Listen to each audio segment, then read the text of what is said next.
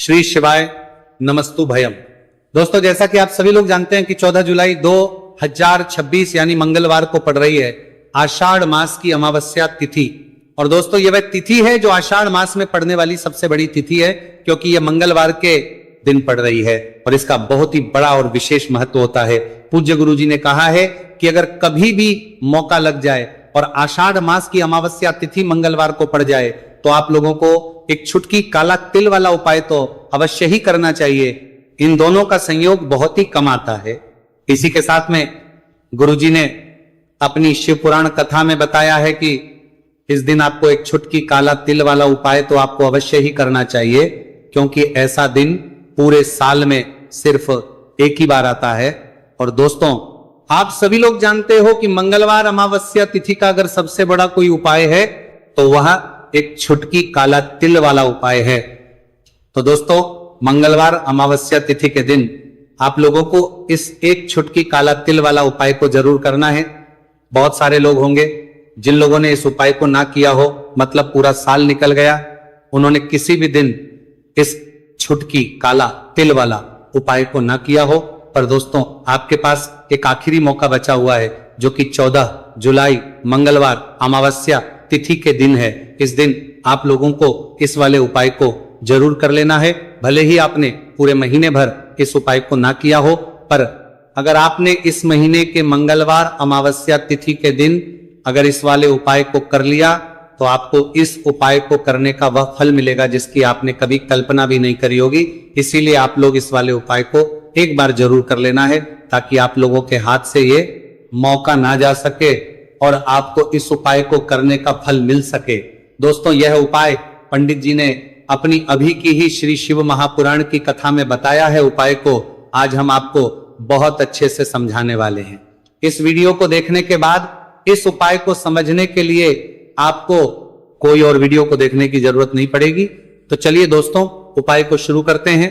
देखिए, ये इस आषाढ़ मास के मंगलवार अमावस्या तिथि के दिन ये इतना खास होता है, इतना महत्वपूर्ण होता है।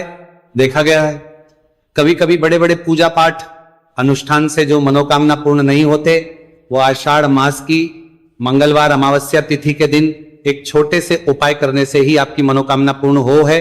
और बहुत सारे लोगों ने इस उपाय को किया भी है और उनको इस उपाय को करने का फल भी जरूर मिला है। अगर आप लोग भी इस उपाय को करना चाहते हैं तो आप इस उपाय को पहले अच्छे से समझ लेना, सुन लेना, उसके बाद करना। आपको इस उपाय का फल जरूर मिलेगा। और इस उपाय को कर लेने से आपके घर में चाहे किसी भी प्रकार की दुहक और समस्या क्यों ना चल रही हो, आपको उसका कारण भी नहीं पता है कि भाई ये समस्या किस कारण से चल रही। उसका कुछ भी कारण हो सकता है, जैसे पितृदोष हो सकता है या किसी भी तरह का मंगल दोष भी हो सकता है। तो इस दिन आप लोगों को ये वाला उपाय कर लेना है।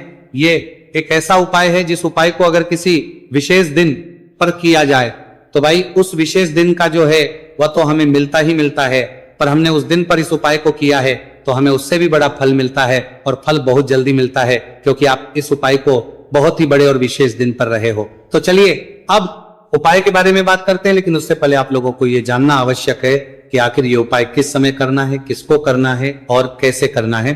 तो चलिए हम आगे आपको वीडियो में एक एक करके बता देते हैं। लेकिन उससे पहले अगर आप लोग हमारे चैनल पर पहली बार आए हैं या फिर मेरी आवाज आज पहली बार सुन रहे हैं तो हमारे चैनल को सब्सक्राइब जरूर कर लेना और इस वीडियो को लाइक करके कमेंट बॉक्स में श्री शिवाय नमस्तु भयम ओम नमः शिवाय जरूर टाइप कर देना। तो दोस्तों, इस एक छुटकी काला तिल वाला उपाय को हमें इस मंगलवार अमावस्या तिथि के दिन कैसे करना है, किसको करना है, किस समय करना है और कहां पर करना है, ये सारे सवालों के जवाब आपको इस वीडियो में मिल जाएंगे। और जो ये वीडियो देखेगा भाई, उसको एक छुटकी काला तिल वाला उपाय जरूर करना चाहिए, क्योंकि इस दिन काला तिल का भी बहुत ही बड़ा और विशेष महत्व होता है। और बात आ जाए एक छुटकी काला तिल वाला उपाय की, तो ये सोने पे सुहागा वाली बात हो जाती है और ये एक बहुत ही बड़ा उपाय हो जाता है इस मंगलवार अमावस्या तिथि का। तो अब दोस्तों, इस एक छुटकी काला तिल वाला उपाय को आखिर करना किसको है, सबसे पहले हम लोग वह बात जान लेते हैं। तो देखो, घर की जो बड़ी माताएं बहनें होती हैं, उन माताओं बहनों में से कोई भी एक बड़ी माता बहन इस वाले उपाय को कर सकती है। और दोस्तों, अगर आप तो अपने घर में से सभी सदस्यों को भी इस उपाय को करवा सकते हैं। अगर किसी व्यक्ति की खुद की कोई मनोकामना है, खुद की कोई दुख और परेशानी है जो कि वो अपने लिए ही करना चाहता है इस वाले उपाय को, तो वो खुद अपने लिए भी कर सकता है। बाकी अगर कोई घर में से ऐसा है जो कि अपने पूरे घर परिवार की सुख और शांति के लिए ये वाला उपाय करना चाहता है, तो भाई वो भी कर सकता है, उसमें भी कोई दिक्कत वाली बात नहीं है। कहने का मतलब है कि इस उपाय को हर एक सदस्य भी कर सकता है और पूरे घर परिवार के सदस्य के लिए, घर की बड़ी माताओं बहनों में से कोई एक माता बहन भी कर सकती है। माताएं बहनें अगर घर में उपस्थित ना हो या वह यह वाला उपाय ना कर पा रही हो, तो फिर घर का कोई बड़ा सदस्य भी इस एक चुटकी काला तिल वाला उपाय को कर सकता है, चाहे फिर वह पुरुष ही क्यों ना हो, उसमें कोई भी दिक्कत वाली बात नहीं है। उसके बाद में 2 सरबार तिल वाला उपाय को करने की दोस्तों जो अगला प्रश्न निकल आता है वो ये आता है इस उपाय को लेकर कि आखिर इस उपाय को हमें किस समय करना है, सुबह के समय करना है कि शाम के समय करना है।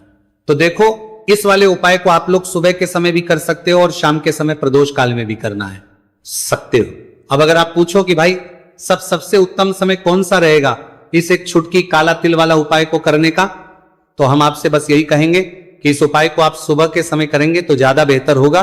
बाकी अगर प्रदोष काल शाम के समय भी करेंगे तो भी अच्छा होगा, उसमें कोई भी दिक्कत वाली बात नहीं। तो अब दोस्तों जो अगली सबसे बड़ी और महत्वपूर्ण बात आती है वो ये आती है कि सुबह अगर हम उपाय को करेंगे तो हमें कितने बजे से लेकर कितने बजे तक के बीच में करना है, और शाम के समय प्रदोष काल में करेंगे तो हमें कितने बजे से लेकर कितने बजे के बीच में करना है। तो देखो, सुबह जितनी जल्दी हो सके आप उपाय को करने की कोशिश करना कि अगर किसी कारणवश लेट भी हो जाओ, थोड़ी देर भी हो जाए, तो 10 या 11 बजे तक भी आप उपाय कर लेना, पर 12 बजे से ज्यादा देरी ना हो, ठीक है, इस बात का ध्यान रखना। उसके बाद में दोस्तों अगर शाम के समय प्रदोष काल की बात करें, प्रदोष काल का जो समय है होता है वो शाम के 6 बजे से शुरू हो जाता है। मतलब शाम के 6 बजे से लेकर 7 बजे के बीच का जो समय होता है यह समय प्रदोष काल का समय होता है।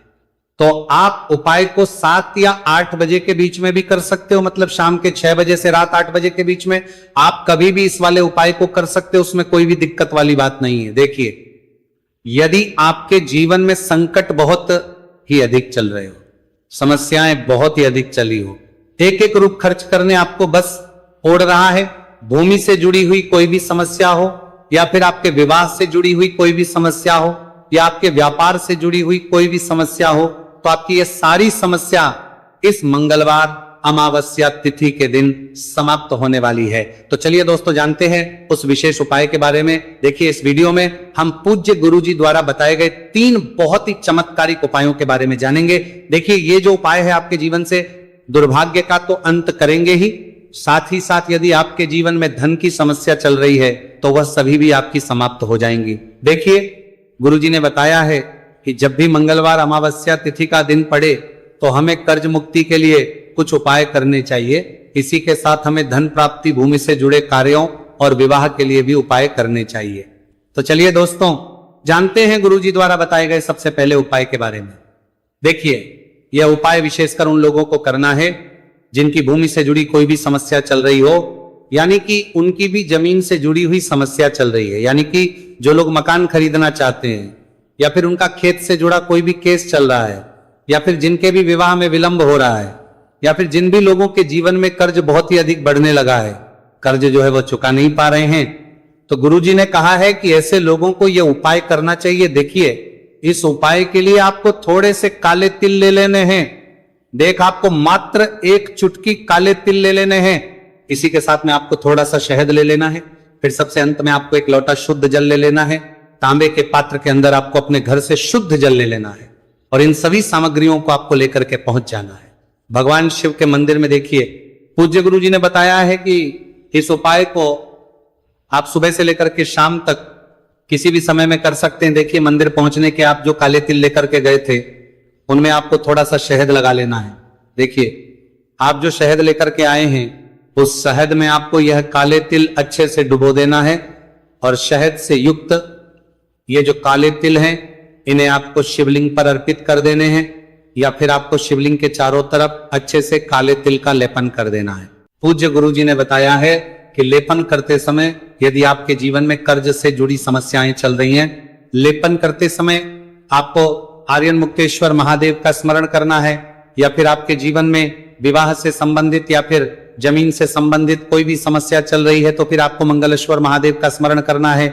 इसके बाद जो आप जल लेकर के आए हैं उसे आपको धीरे धीरे शिवलिंग पर अर्पित कर देना है तथा आपको लगातार शिव महापुराण के मूल मंत्र श्री शिवाय नमस्तु भयम इस मंत्र का जाप करते रहना है। पूज्य गुरु जी ने बताया है कि सिर्फ एक मंगलवार अमावस्या तिथि ये उपाय करके देखना और आप स्वयं देखेंगे कि 2 से 3 महीने के अंदर आपके जीवन से जुड़ी हुई जो भी समस्याएं हैं बस सभी समस्या बहुत ही जल्द महादेव की कृपा से दूर होने लगेगी। तो दोस्तों इस प्रकार से आपको यह पहला उपाय ना है। अब हम जानते हैं दूसरे विशेष उपाय के बारे में। देखिए इस उपाय के लिए आपको एक प्यारी सी बेलपत्र ले लेनी है, इसी के साथ में एक लोटा शुद्ध जल लेना है तांबे के पात्र के अंदर, और इसी के साथ में आपको थोड़ा सा शहद ले लेना है। देखिए मंगलवार का दिन है और मंगलवार अमावस्या तिथि के दिन यदि हम शहद का उपाय करते हैं तो इससे महादेव हमसे बहुत ही अधिक प्रसन्न होकर के हमारी मनोकामना को परिपूर्ण करते हैं। देखिए दोस्तों, यदि आपको बेलपत्र नहीं मिल पाती है तो आप भगवान शिव के शिवलिंग पर जो बेलपत्र चढ़ी हुई होती है उसे शुद्ध जल से धो करके उसका उपयोग कर सकते हैं। तो इन सभी सामग्रियों को आपको भगवान शिव के मंदिर में लेकर के पहुंच जाना है। गुरुजी ने कहा है कि इस उपाय को भी आप सुबह से लेकर के शाम तक किसी भी समय में कर सकते हैं। देखिए मंदिर पहुंचने के बाद आपके पास जो एक बेलपत्र है और बेलपत्र की जो सबसे बड़ी वाली पत्ती होती है और उसकी जो चिकनी साइड होती है उस पर आपको अच्छे से शहद का लेपन कर देना है। यानी कि बेलपत्र की बड़ी वाली पत्ती पर, पूरी ही पत्ती पर अच्छे से शहद लगा देना है। अब देखिए ये जो बेलपत्र है इसे आपको अपने सीधे हाथ की हथेली पर रखना है और आपके जो भी कार्य अटक रहे। देखिए बहुत से लोग ऐसे होते हैं जो अपने नौकरी को प्राप्त करने के लिए सालों से तैयारी करते हैं लेकिन उनको नौकरी नहीं प्राप्त हो पाती है। बहुत से ऐसे लोग होते हैं जो बहुत ही मेहनत करते हैं, धन भक्ति के लिए बहुत अधिक प्रयास करते हैं लेकिन फिर भी उनको धन प्राप्त नहीं हो पाता है। तो गुरुजी ने बताया है कि जब भी आपको अपने कार्यों में सफलता ना मिले तो फिर आपको मंगलवार के दिन इस उपाय को अवश्य करना चाहिए। देखिए अब आपको जिस भी कार्य में सफलता प्राप्ति करनी है उस कार्य को सफल बनाने के लिए आपको महादेव से प्रार्थना कर लेनी है और फिर ये जो एक बेलपत्र है इसे आपको भगवान शिव के शिवलिंग पर अर्पित कर देनी है। देखिए बेलपत्र की चिकनी साइड जिस पर आपने शहद लगाए हैं वह शिवलिंग से स्पर्श रहेगी और इसकी जो डंडी है वो आपको जलाधारी की ओर रखनी है। इस प्रकार से आपको यह बेलपत्र अर्पित कर देनी है। अब देखिए आप जो एक लोटा जल लेकर के आए हैं उसे आपको भगवान शिव के शिवलिंग पर धीरे धीरे अर्पित कर देना है। श्री शिवाय नमस्तु भयम इस मंत्र का जाप करते हुए देखिए जैसे ही यह जल शिवलिंग से होकर के जलाधारी की ओर बह करके आएगा तो इसे आपको थोड़ा सा अपने सीधे हाथ की हथेली में झेल लेना है। इस जल को आपको अपनी दोनों आंखों पर लगा लेना है और इस जल का थोड़ा सा छिड़काव आपको अपने शरीर पर कर लेना है। पूज्य गुरु जी ने बताया है कि जब भी हम मंगलवार के दिन शहद वाली बेलपत्र शिवलिंग पर अर्पित करते हैं तो इससे हमें महादेव हर कार्य में सफलता प्राप्त करवाते हैं। यदि हमें अपनी मेहनत करने के बावजूद भी पर्याप्त मात्रा में सफलता नहीं मिल पा रही है तो गुरुजी ने कहा है कि आपको मंगलवार अमावस्या तिथि के दिन ये चमत्कारिक उपाय अवश्य ही कर लेना है। अब दोस्तों हम जान लेते हैं गुरुजी द्वारा बताए गए तीसरे विशेष उपाय के बारे में। देखिए इस उपाय के लिए भी आपको मात्र 1 लोटा शुद्ध जल ले लेना है तांबे के पात्र के अंदर। फिर इसी के साथ में आपको एक प्यारी सी बेलपत्र ले लेनी है। बेलपत्र आपको ध्यान रखना है कि कैसे भी कटी हुई खंडित नहीं होनी चाहिए। अब देखिए मात्र 2 सामग्री लेकर के आपको भगवान शिव के मंदिर में पहुंच जाना है। पूज्य गुरुजी ने बताया है कि यह उपाय विशेषकर उन लोगों को करना है जिनकी कोई भी विशेष मनोकामनाएं जो कई दिनों से परिपूर्ण नहीं हो पा रही है, चाहे वो विवाह से संबंधित हो, नौकरी से संबंधित हो, व्यापार से संबंधित हो, चाहे किसी भी प्रकार की मनोकामना है जो परिपूर्ण नहीं हो पा रही है तो उसके लिए आपको यह उपाय करना है।